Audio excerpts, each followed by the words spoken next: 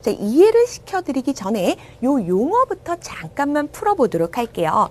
일정하긴 일정한데 무엇이 일정하대요? 성분 B가 일정하대요. 자, 어떤 물질이 있습니다. 그런데 우리는 이러한 물질을 화합물이라고 얘기를 할 거예요. 화합물 어디선가 들어보셨는데 우리가 화학 반응의 종류를 공부하실 때 화학 반응의 종류 중에서 화합이라는 게 있었어. 서로 다른 두 물질이 반응해서 하나의 새로운 물질이 만들어졌을 때 이 물질을 화합물이라고 했죠. 자, 대표적인 화합물이 바로 물입니다. 물 같은 경우는 수소와 산소가 반응해서 물이 탄생한 거지. 그러다 보니까 물 속에는 수소라는 원소도 있고 산소라는 원소도 있었단 말이야. 이렇게 두 가지 이상의 원소가 모여서 만들어진 물질, 화합물이라고 불러요. 그럼 내가 지금 물어보도록 할게. 여기 산소라는 물질이 있어요. 여기 수소라는 물질이 있고요. 물이라고 하는 물질이 있어. 여기서 화합물은 무엇일까? 물밖에 없죠. 산소라든가 수소는요, 한 가지 원소잖아. 그래서 이런 거는 호돈소 물질이라고 불러주는 거고, 우리가 공부하는 일정 성분비 법칙이 적용되는 화합물이라는 건 두 가지 이상의 원소가 화합해서 만들어진 새로운 물질이었구나라는 거야. 자, 그럼 화합물에서 일정 성분비 법칙이라는 게 성립하는데, 그럼 도대체 성분비라는 것이 무엇일까? 자, 여기 성분비 속에는요, 성분 원소의 질량비라는 말이 압축된 말이야. 결국은요, 어떤 화합물을 구성하는 원소들이 있을 겁니다. 예를 들어 물이라면요, 수소와 산소가 있겠죠. 이런 원소들 사이에 일정한 질량비가 성립하더라. 그래서 우리는 줄여서 일정 성분비 법칙입니다. 일정한 성분 원소 사이의 질량비 법칙이다라는 뜻이었던 거야. 자, 그럼 이 내용을 조금 더 들어가기 위해서 선생님이 간단한 비유를 좀 들어보도록 할 거예요. 자, 지금부터 여러분들이랑 선생님은요, 화합물을 만들 건데 화합물 이러면 좀 거부감이 들잖아. 그냥 미니버스 하나 만들어 보도록 할게요. 짜잔! 요것이 미니버스예요. 자, 미니버스를 만들 때는 크게 생각했을 때 몸통이 필요하겠지. 그리고 바퀴가 필요할 거예요. 자, 몸통이 지금 몇 개요? 한 개입니다.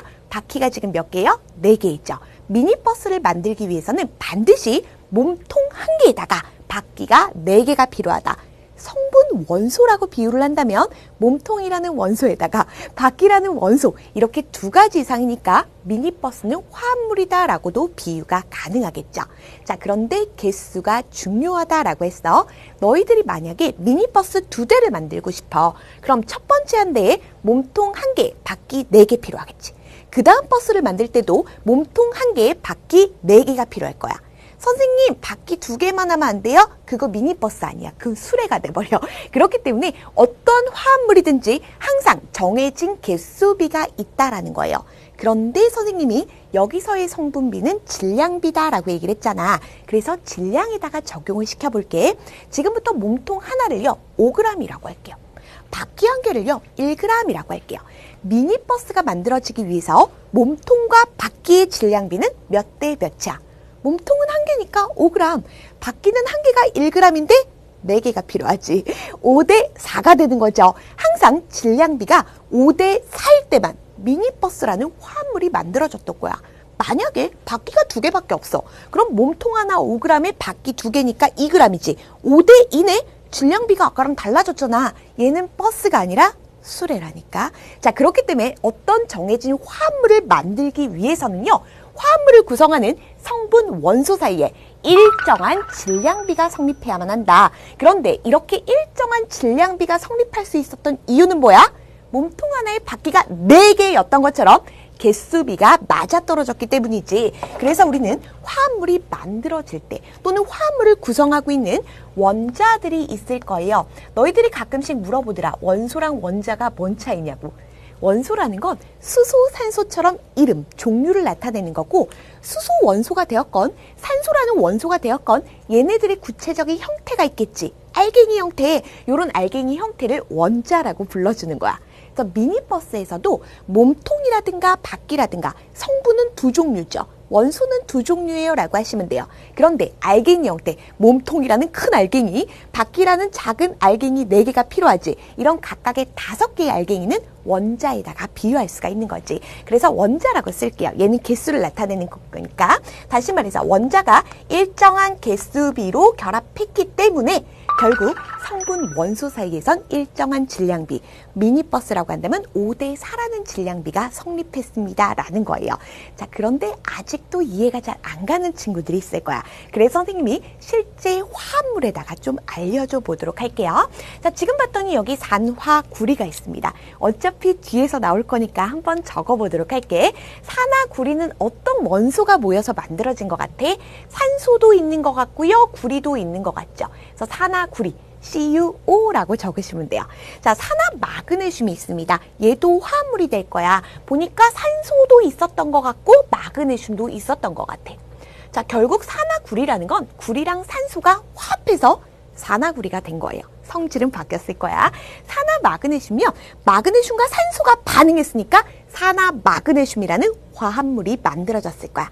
자, 이제요, 물을 한번 나타내 볼게요. 자, 물 같은 경우는요, 수소 2개에다가 산소가 붙어 있는 거, H2O. 요 정도는 중3이니까 이제 좀 외워줘라. 그래서 얘는요, 수소라든가 산소라는 성분 원소가 있습니다 라고 할 수 있는 거지. 그런데 만약에 원자로 한번 표현을 해보도록 할게. 산화구리 같은 경우는요, 성분 원소는 구리와 산소입니다. 구리와 산소 사이에 일정한 질량비가 성립했다. 그런데 구리 역시도 산소 역시도 구체적인 알갱이 형태를 가지고 얘네가 붙어 있는 거겠지. 구리 원자 몇 개야? 1개야. 산소 원자 몇 개야? 1개야. 다시 말해 얘네들은요, 구리 원자 1개에 산소 원자 1개가 1대1의 개수비로 결합했기 때문에 얘네들의 질량비가 좀 이따 만나시게 될 거예요. 4대1의 질량비가 나타나요. 산소 질량이 1g이라고 가정하면 구리 같은 경우는 4g이나 마찬가지거든. 자, 여기도 한번 적용해 볼게. 지금 산화마그네슘을 구성하는 원소의 종류는 몇 가지야? 마그네슘에다가 산소, 이렇게 두 종류가 되는 거지. 이제 원자로 개수를 따져볼게. 개수비는 몇 대 몇이에요? 라고 한다면 마그네슘 원자가 1개일 때 산소 원자 1개가 붙어있는 꼴이에요. 자, 근데 만약에 있잖아, 산소 원자 질량 1개를 2g이라고 가정하지. 그럼 마그네슘은 3g 정도가 돼. 그럼 얘네들은 굳이 질량비를 따져요 라고 하면 3대2의 질량비가 되는 거야. 얘들아, 만약에 있잖아, 마그네슘에 산소 2개가 붙은 물질이 있다라고 가정해보자. 이런 물질은 없지만, 그러면 마그네슘 1개, 산소가 2개니까 당연히 질량비는 3대4가 돼버리겠지. 그럼 완전 다른 물질이 된다고요. 그렇기 때문에 원자의 개수비가 결국은 질량비를 결정하게 되는구나 라는 거예요. 자, 얘도 한 번 더 해보도록 할게요. 자, 물이 있습니다. 얘네들은 성분 원소가 몇 종류예요? 수소 하나에 산소 하나, 두 종류가 되는 거지. 자, 이번에는 원자의 개수비를 따져볼게. 개수는 원자라고 표현하는 거야. 수소가 2개가 있는 거죠. 2대 산소 몇 개 있는 거야? 1개 있는 거지. 개수비가 2대1이에요. 그럼 질량비가 어떻게 나오게 되느냐? 요것도 뒤에서 배우시게 될 건데, 만약에 있잖아, 수소가 1개가 1g이라고 가정을 하잖아? 그러면 산소는 16배 정도가 무거워요. 그러면 만약에 1개와 1개가 붙어 있으면 1대 16이겠지만 수소가 2개이다 보니까 2대 16. 결국 질량비가 1대 8이 되었던 거다라는 거야. 모든 화합물을 구성하는 성분 원소들이 있어. 구리와 산소가 되었건, 마그네슘과 산소가 되었건, 수소와 산소가 되었건, 하지만 이런 성분 원소들 사이에는 일정한 질량비가 성립하더라. 그래서 항상 구리와 산소의 질량비가 4대 1일 때만 산화구리가 돼요. 선생님, 구리와 산소의 질량비가 4대 3이 될 수, 전혀 다른 물질이 된다는 거야. 무조건 1대 1의 개수비였기 때문에 이러한 질량비가 만들어져서 항상 어떤 화합물을 구성하는 성분 원소 사이에는 일정한 개수비, 일정한 질량비가 성립하더라. 이것이 바로 일정 성분비 법칙이다라는 거예요. 자, 그래서 이러한 일정 성분비 법칙은요, 혼합물에서는 성립을 안 하고요. 우리가 지금 공부한 것처럼 무조건 화합물에서만 성립을 하게 돼요. 그럼 선생님, 혼합물에서는 왜 성립을 안 하나요? 자, 혼합물의 대표적인 예를 한번 들어보도록 할게. 대표적인 거, 물에다가 설탕 녹인 설탕물이 있어. 선생님이요, 물을 100g을 준비하고요, 설탕을 20g을 녹였어. 그럼 질량비는요, 5대 1이 되겠죠. 이번에는요, 물 여전히 100g을 준비했는데 설탕을 40g을 녹였어. 이것도 혼합물이잖아. 그럼 질량비가 얼마가 돼요? 얘 같은 경우는 5대2가 되어버리잖아. 이런 식으로 혼합물은요, 섞는 비율에 따라서 질량비가 계속 바뀌어. 따라서 일정 질량비 법칙, 일정 성분비 법칙이 성립을 안 해.